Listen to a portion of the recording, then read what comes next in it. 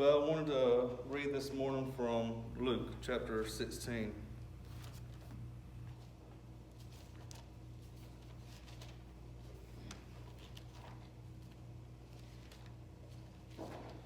And we find that Jesus was teaching them. Oh, that's in John. Sorry.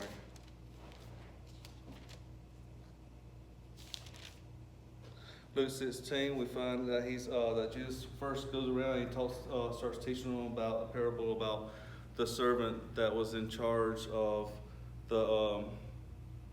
his master's stuff, the wealth and everything, almost like the bookkeeper and all. But it was like you were unjust, so get everything ready, bring it in here. You're not going to be in charge of it no more. And back then, it would be hard to actually see exactly where I was going from. But to me, today, it's showing us how are we being a steward of what He's given us, not just our money, but also of His knowledge. Because just like whenever He asked the apostles, "Who do you say I am?" Peter said, "You are Jesus Christ, the Son of God." And he told him, "You don't know this or cannot say this unless God the Father has revealed this and showed this to you and gave you this as a gift." So that tells me that if these apostles that walked with Him every single day, that was brought up in the Jewish community and learned about the laws and about the parables and everything else, and if they could not see the Son of God in front of them with all these prophecies coming true right in front of their eyes, unless God gave it to them, then there's no way for us to know it unless God gives it to us. So that means that we have inherited this knowledge from God, not from ourselves. So it's nothing that we can boast about. It's like, I'm this, because I'm not. I'm a sinner that's only been given grace by God, so I can see the love that He had for me. And so I can know what He wants from me, which is a better life, a better way of understanding, a better perspective of everything going on around me. That this that we see is not the end result. There's so much more. And then he goes on and he starts talking about the ones that's there around them, because they're really not getting it. A lot of times he does parables in a couple of different ways. So right there in the middle, we start in 14, it says, "Now the Pharisees, who were lovers of money, were listening to all these things, and they were scoffing at Him."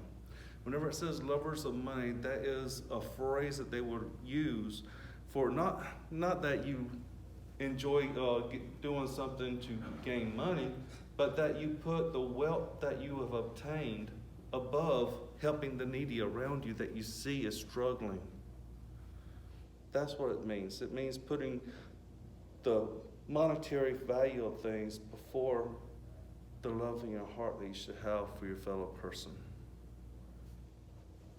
So he's saying that they're lovers of money, but yet they're scoffing at Him. So, and he said to them, "You are those who justify yourself in the sight of men, but God knows your hearts. For that which is highly esteemed among men is detestable in the sight of God." The law of the prophets were proclaimed until John. Since then, the gospel of the kingdom of God is preached, and everyone is forcing his way into it. But it is easier for heaven and earth to pass away than for one stroke of a letter of the law to fail. So right here, he's starting to speak right at them, because we find over in Isaiah 1st chapter, and especially in Amos, Amos the 5th chapter, it talks about how these the Israelites were coming to Him. They were praying, doing all these prayers to Him. They were making all these sacrifices. And He said that I am so fed up with it, I don't care to even listen to you no more. You keep on saying these prayers. Keep your sacrifices. Keep your words. I know your hearts, how you walk around with these fake idols in your head that you don't show anyone else. So I know what you're doing behind the closed doors. But yet you want to appear to me as though I'm some genie in a bottle. I'm not. I see everything. I know everything.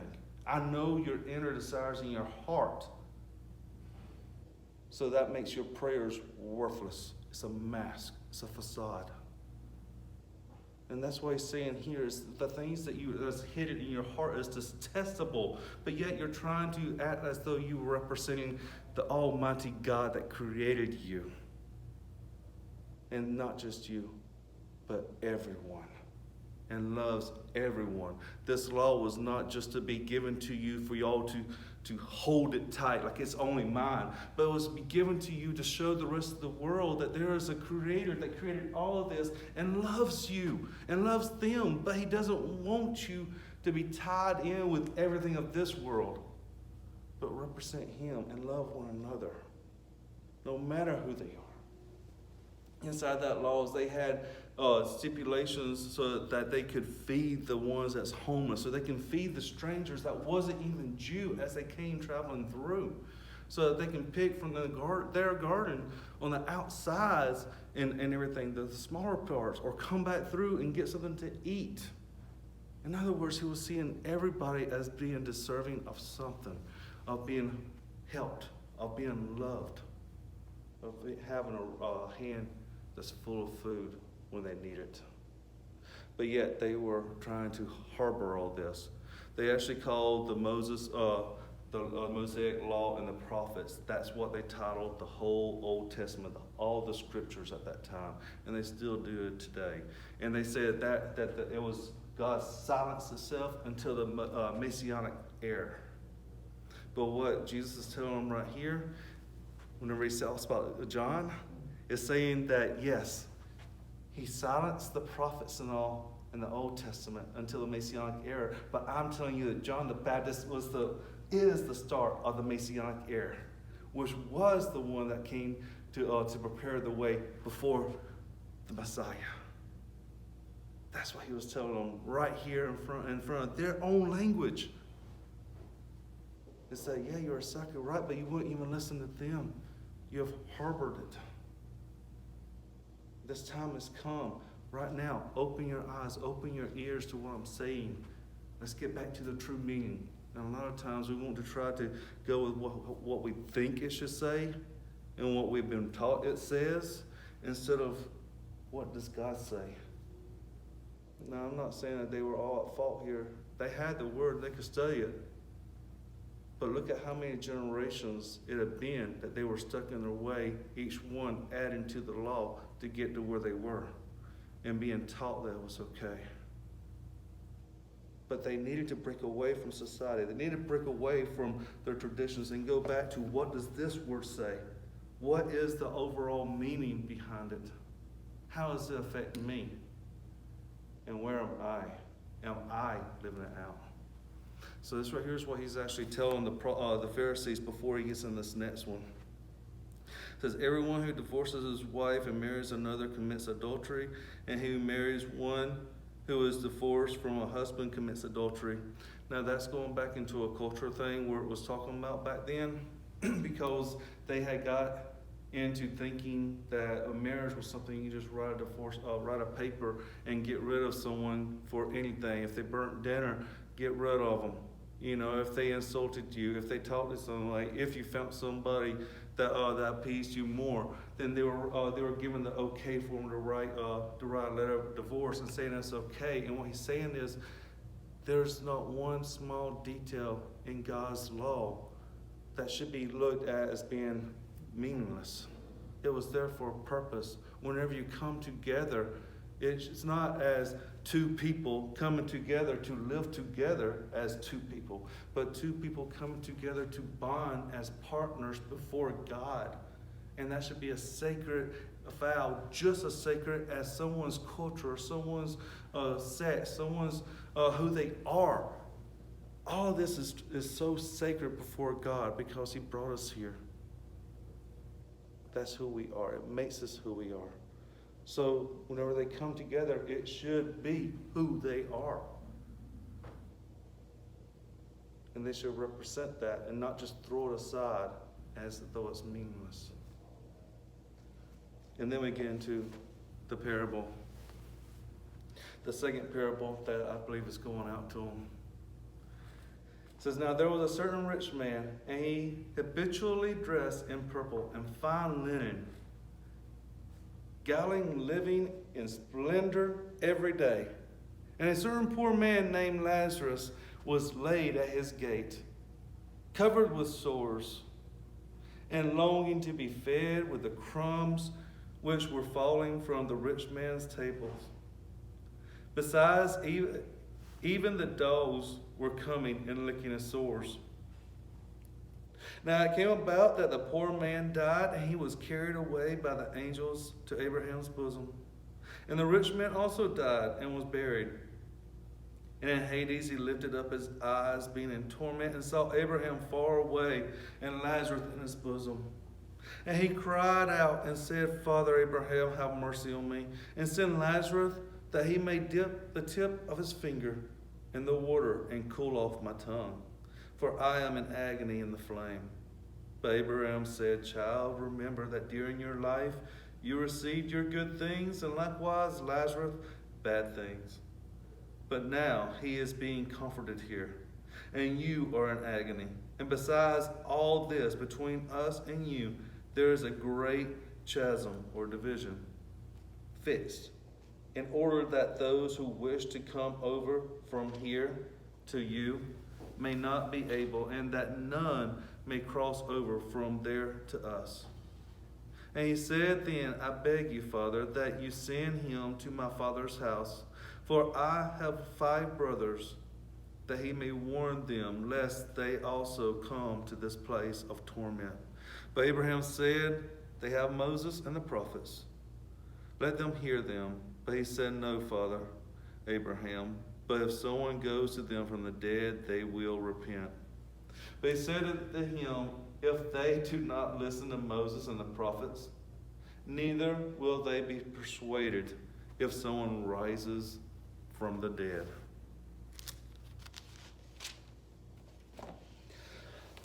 There's a whole lot of things that's going on right there. First of all, it's describing just how rich this person was. See, the color purple, it was a dye they put in cloths from the glands of shellfish, a particular type of shellfish. And it was extremely expensive. It can go from near black color to almost crimson, that they would call the purple. And it was like only the elite could wear this. Only the ones that was like above all his others as far as monetary gain could wear this.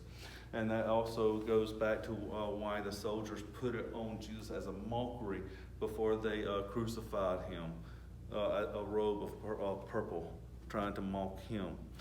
But this right here is showing the rich man just how he dressed all the time in this elegant stuff that was so priceless. And then he had this food, all this feast and stuff. And back then they didn't have like tablecloths and all this other, but it was one of the habits was to use bread, where you would break off a piece to wipe your hands off with and toss it to the side, or you break a piece of bread off to sop up the stuff that falls on the table and toss it to the side. And here Lazarus was over here. He has sores all over him, and he's just begging for some of the crumbs out there. But it's not even sure that the rich man even knew that he existed, much less paid him any mind. He wasn't even giving him the crumbs out there, but even the dogs was licking his sores, right? If you go back to Kings, at 4 different places in 1 Kings, it talks about how the dogs would eat the bodies that died in the city. You know, and so this isn't like dogs caring for him.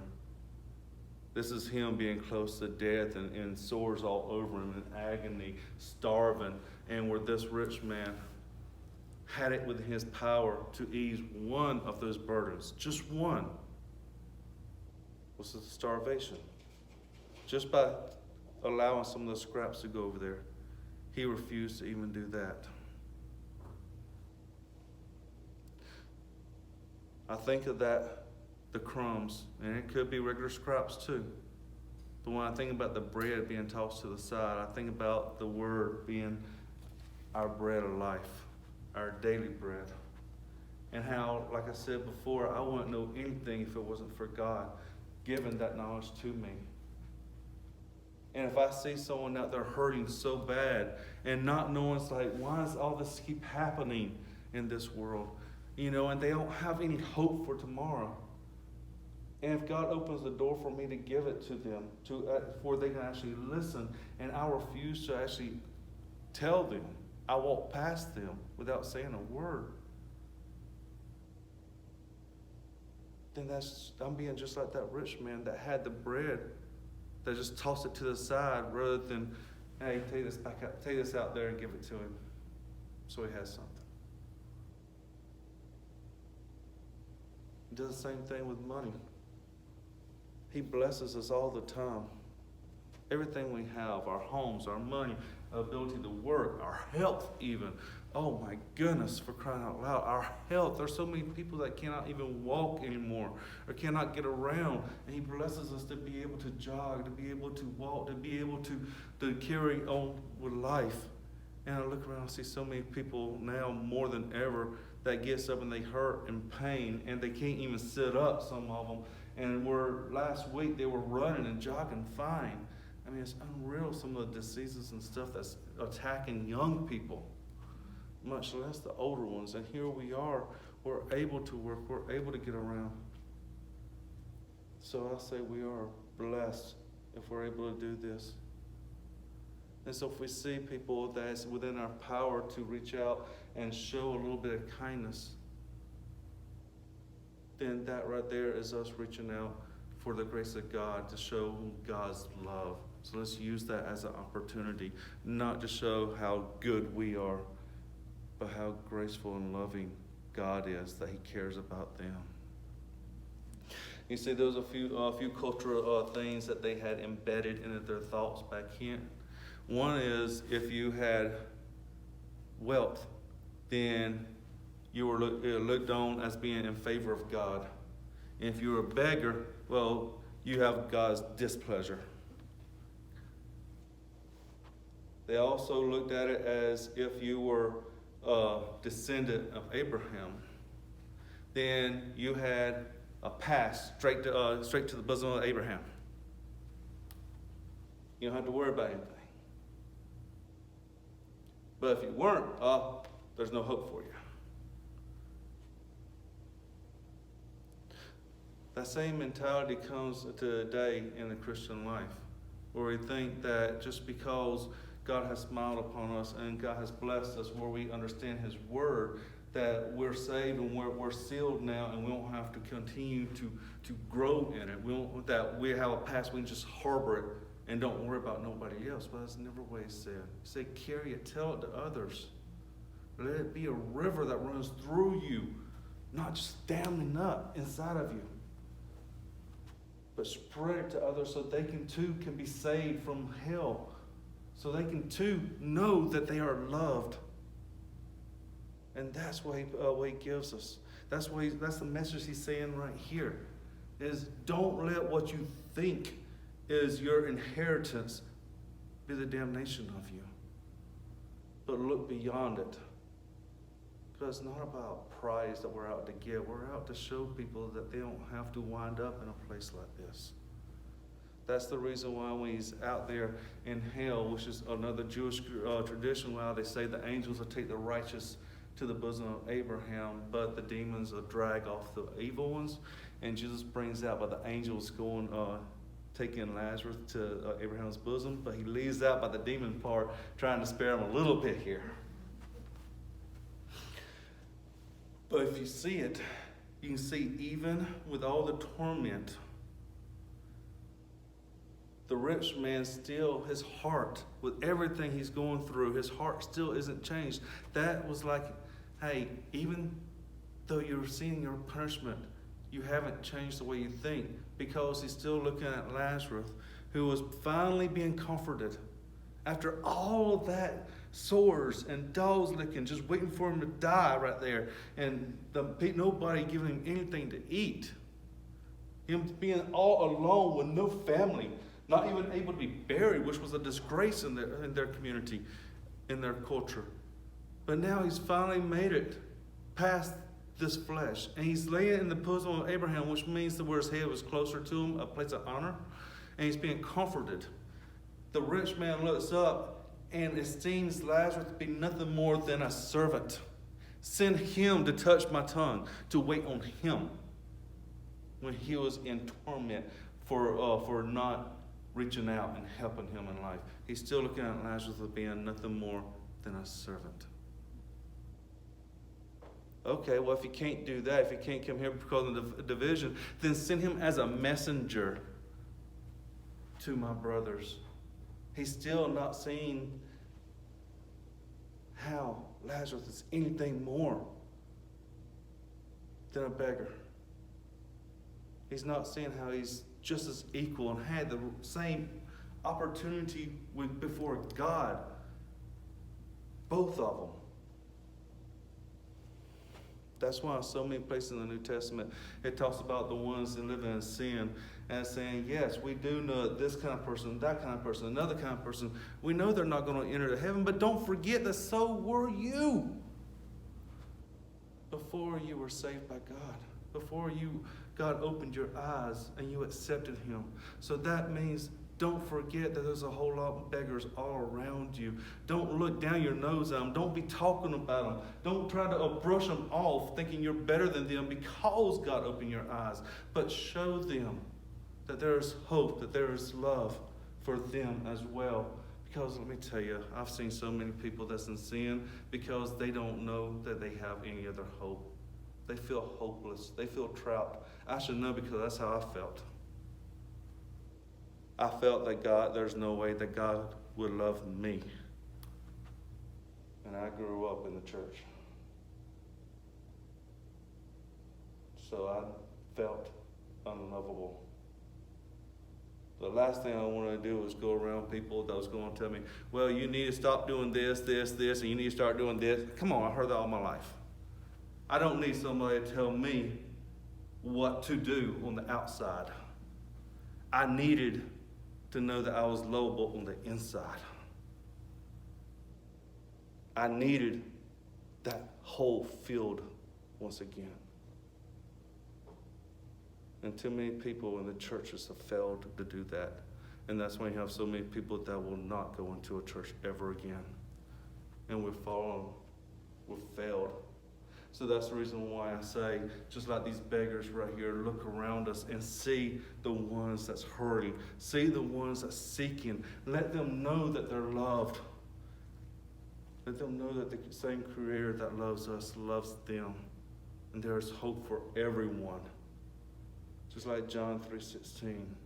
For God so loved the world, every last one of us, that he gave his only begotten Son, that whosoever believes in him, which is an action and not just a one of thought, should not perish but have everlasting life. And then the last part of this parable is where Jesus foretold his own death and resurrection, which has been proven scientifically by atheists who later became, by trying to disprove it, became believers, that this did in fact happen. And a man that was a full man and full deity rose from the dead. And you still have people that was living then that refused to believe. If they're not going to believe the scripture, if they're not going to look at the facts, they're not going to believe in the things that's right there, how are they going to believe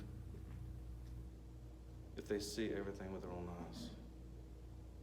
They keep making excuses. And it's all around us if we look. That's what he's telling us. That doesn't mean that we shouldn't tell them. That means evermore that the ones that will listen, we should show them that they are loved. Remember that we are loved. And there's always someone there watching out for us. And it's not about what we say or our actions, but it's about why we take these actions for others. If they never listen, it's about our heart is reaching out to them. And that's what we're showing them. And some people will not respond to it a first time or second time. Some people, they actually have to hear it about seven different times before they will start accepting it. And you might be the first person that they brush off. Or you might be the sixth. Or you might be the seventh. When they finally say, I got it. I want that.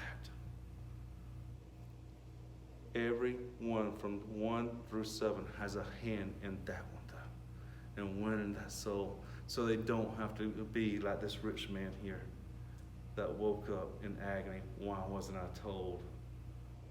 Why me now, when there's nothing they can do anymore?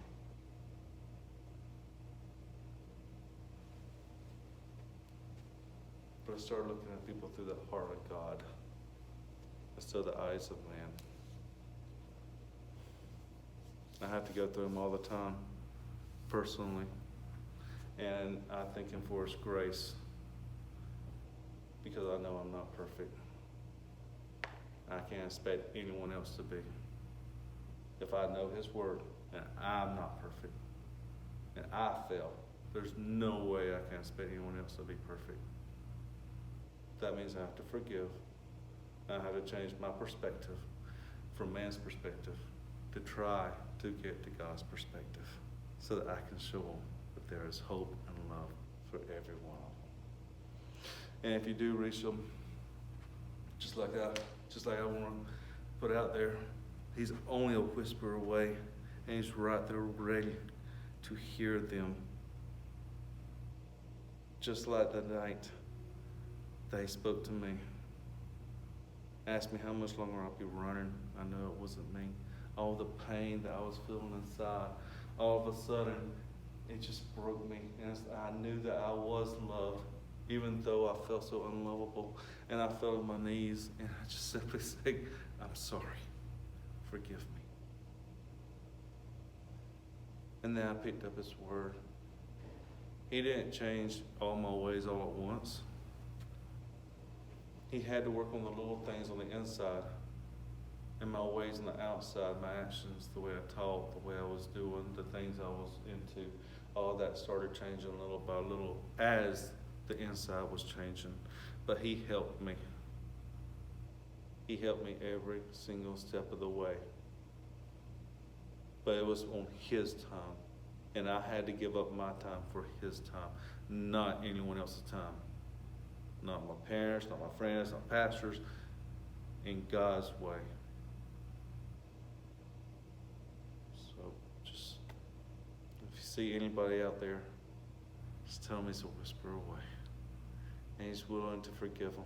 He's willing to take them in and carry them.